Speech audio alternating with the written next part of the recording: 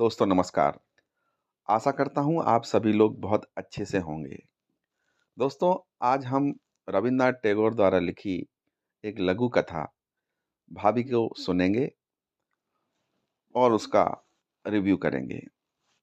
दोस्तों रविन्द्रनाथ टैगोर ने ये कहानी लगभग 1890 के लगभग लिखी थी और इसकी जो पृष्ठभूमि है वो बंगाल है। बंगाल में एक गांव में जिसका नाम सिद्दा गांव, एक बालक रहता था लगभग 10 वर्ष का।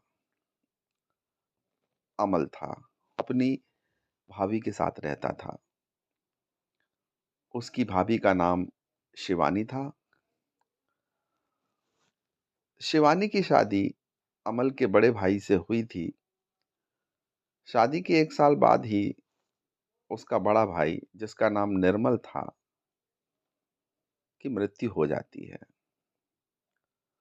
और उसके बाद से शिवानी विधवा बन जाती है और उनके घर में रहती है।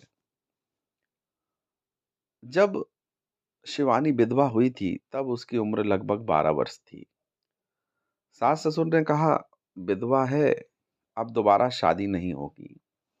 इसलिए भाभी हमेशा सफ़ेद साड़ी पहनकर रहती थी।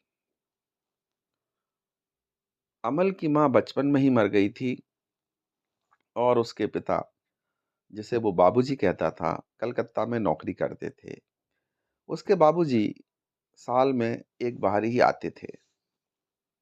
इसलिए उस गाँव के घर में अमल और उसकी विधवा भाभी ही रहते थे। हर सुबह अमल को उसकी भाभी उठाती और बड़े प्यार से कहती, "उठ रे अमल, उठ जा, स्कूल का समय हो गया है।" और अमल आँखें मलता हुआ उठता। उसकी भाभी उसे नहलाती, उसके बालों में तेल डालती, खाना खिलाती, फिर साथ-साथ उसे पैदल स्कूल तक छोड़ने भी जाती। लौटते समय गाँव की औरतें हँसती, "देखो, विधवा बहू ने देवर को फँसा रखा है, माँ बनकर घूम रही है।" लेकिन शिवानी गाँव वाली की महिलाओं की बातों पर ध्यान नहीं देती थी और रोज़ वो मुझे स्कूल छोड़ने जाती और स्कूल से मुझे वापस लाती। अमल काफ़ी शरारती बालक था और कई प्रकार की शरारतें करता था। कभी स्कूल से भागकर नदी में नहाने चला जाता, कभी पतंग उड़ाने चला जाता। उसकी भाभी को जब पता पड़ता कि अमल इस स्थान पे शरारत कर रहा है, तो वो उसको कान पकड़कर घर पे लाती, उसे डाँटती। रात में खाना खिलाने के बाद में शिवानी उसके पैर दबाती, कहानियाँ सुनाती और अमल सोते समय शिवानी का आँचल पकड़कर सोता। समय बीतता है दोस्तों, अमल बड़ा होने लगता है। अब वो 16-17 साल का हो गया था। गाँव के लड़के उससे कहने लगे, "क्यों अमल, तेरी भाभी तेरे साथ इतना क्यों चिपकी रहती है? अब तो तू बड़ा हो गया है।" लोग तरह-तरह की बातें भी करते।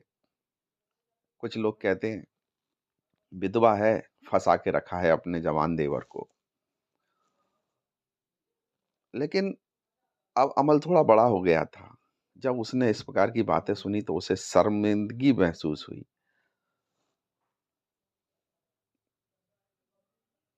एक शाम अमल नदी के किनारे अकेला बैठा था, तभी उसकी भाभी आ जाती है और उसको डाँट कर कहती है, "अमल, चल घर पर, शाम हो गई है।"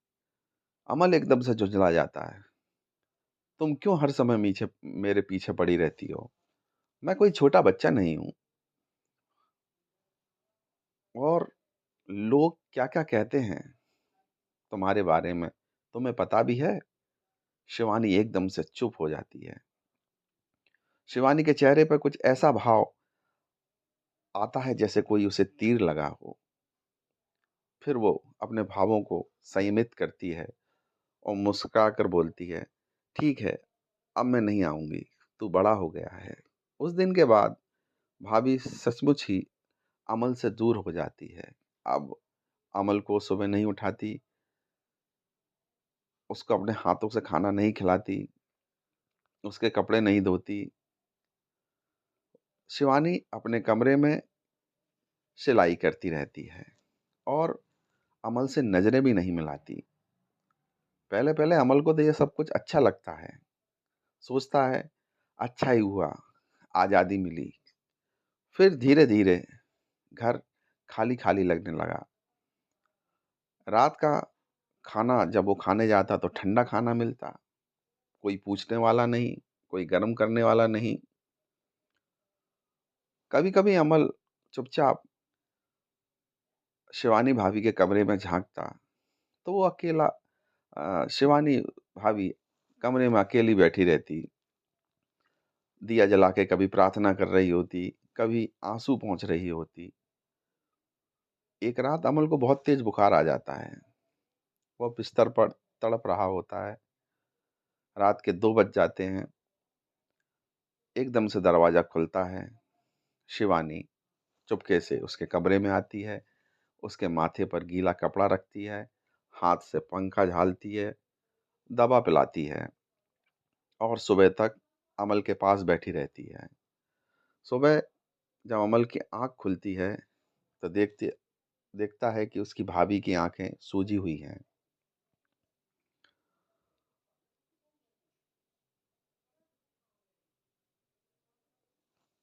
और सवेरे बहुत ही थकी हुई लग रही होती है। ये देखकर उसका जो देवर अमल था वो रोने लगता है और हाथ पकड़कर बोलता है, "भाभी मुझे माफ़ कर दो, तुम मेरी माँ हो, मैं बहुत बुरा था।" उसकी भाभी शिवानी उसे गले लगा लेती है और दोनों गले लगकर खूब रोते हैं। अब फिर सब कुछ पहले जैसा हो गया, बल्कि पहले से ज़्यादा दोनों में प्यार था। समय बीतता है, धीरे-धीरे अमल अब 22 वर्ष का हो गया। बाबूजी कलकत्ता से आते हैं और अमल की शादी तय कर देते हैं। लड़की का नाम था कुसुम। कुसुम की उम्र थी 14 वर्ष। घर में शादी की तैयारियां शुरू हो जाती हैं। सारा घर रंग-बिरंगा हो जाता है, लेकिन शिवानी दिन-रात चुप रहती है। अमल देखता है कि एक दिन शिवानी अपने पूरे गहने बेच रही है। तो वो अपनी भाभी से पूछता है, "अरे भाभी, आप अपने गहने क्यों बेच रही हो?" वो मुस्कुराती है, लेकिन कहती है, "कुछ नहीं, बस थोड़ी ज़रूरत है।" बाद में पता चलता है कि शिवानी अपने गहने बेचकर गाँव के बाहर एक कुटिया खरीद रही है। शादी के ठीक 1 दिन पहले अमल देखता है कि उसकी भाभी शिवानी अपना एक छोटा-सा बक्सा बाँध रही है। दौड़ कर अमल उसके पास जाता है। "भाभी, तुम कहाँ जा रही हो?"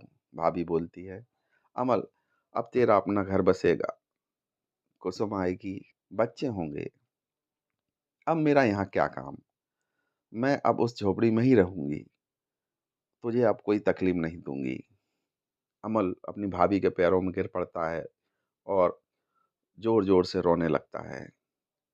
"भाभी, अगर तुम गई तो मैं ज़हर पी लूँगा, मैं शादी नहीं करूँगा, कभी नहीं करूँगा।" भाभी पकड़ कर उसको उठाती है और बोलती है, "अरे पगले, तेरी ज़िंदगी की तो शुरुआत है, मैं तो बूढ़ी हो गई हूँ।"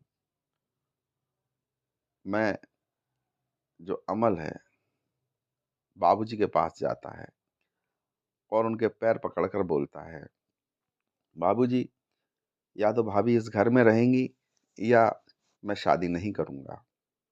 बाबूजी गुस्सा हो जाते हैं, "कुसुम के घरवाले क्या कहेंगे? शादी क्यों नहीं करेगा तू?" इतने में कुसुम के घरवाले आ जाते हैं। दोनों परिवारों में खूब झगड़ा होता है। बात गाँव में फैल जाती है। लोग कहते हैं, "देखो, विधवा बहू ने देवर को फंसा लिया, लेकिन अमल उन बातों पे ध्यान नहीं देता है और अंत में अमल की शादी टूट जाती है। कुसुम और उसका परिवार रोते हुए चले जाते हैं। गांव वाले अमल और उसके परिवार को बुरा भला कहते हैं, लेकिन मैं अपनी भाभी का हाथ पकड़कर उनकी ओर प्यार से देखता हूँ। सॉरी। भाभी लोगों को जो कहना है वो कहते रहेंगे, तुम मेरी माँ हो, मैं तुम्हारा बेटा हूँ। समय बीतता है। अब भाभी काफ़ी बूढ़ी हो गई हैं। उनके बाल बिल्कुल सफ़ेद हो गए हैं, चलना भी मुश्किल है। लेकिन अमल शादी नहीं करता है, केवल उनकी सेवा करता रहता है। अब भाभी का अंत समय आ जाता है और भाभी की मृत्यु हो जाती है। उनकी चिता में अमल ही मुखाग्नि देता है और उनकी मृत्यु के बाद गांव छोड़कर काशी चला जाता है। गंगा के किनारे एक छोटी सी कुटिया बनाकर रहने लगता है। रोज दिया जलाता है, भाभी को याद करता है। लोग पूछते हैं, तुम शादी क्यों नहीं कर रहे, या तुमने शादी क्यों नहीं की? तो अमल मुस्कुरा कर कहता है, मेरी माँ जिंदा थी, मैंने उसे छोड़ा नहीं। अब वो मर गई है तो मैं उसकी यादों के सहारे जी रहा हूँ। बस यही थी मेरी भाभी की कहानी। दोस्तों, ये थी अमल की भाभी की कहानी, जो अपनी भाभी के लिए उनके प्यार में, एक पवित्र प्यार में जीवन भर शादी नहीं करता है। दोस्तों, इस कहानी में रविन्द्रनाथ टैगोर ने उस समय समाज में फैली हुई एक कुरीति, विधवा पुनर्विवाह को काफ़ी मार्मिक तरीके से उकेरा है। कम उम्र में शादियां हो जाती थी और ऐसे में उस समय स्वास्थ्य सेवाएं इतनी अच्छी नहीं थीं, तो मृत्यु भी काफ़ी होती थी। अगर किसी के पति की अर्ली एज में मृत्यु हो जाती थी तो उसकी दोबारा शादी नहीं कराई जाती थी और उसको पूरे जीवन में ना तो शादी करने दिया जाता था और घर में ही रख के उसका शोषण किया जाता था। तो इस पर एक कुठाराघात किया है। आशा करता हूँ आज की कहानी आपको अच्छी लगी होगी। अगर मेरी कहानी अच्छी लगी हो तो मेरे चैनल को सब्सक्राइब करें, कहानी को लाइक करें और अपने दोस्तों के साथ शेयर करें। दोस्तों, कमेंट में ज़रूर बताएं मैं और क्या सुधार कर सकता हूँ। मिलेंगे अगली कहानी, अगली किसी लेखक के कृति का रिव्यू करते हुए। तब तक के लिए धन्यवाद।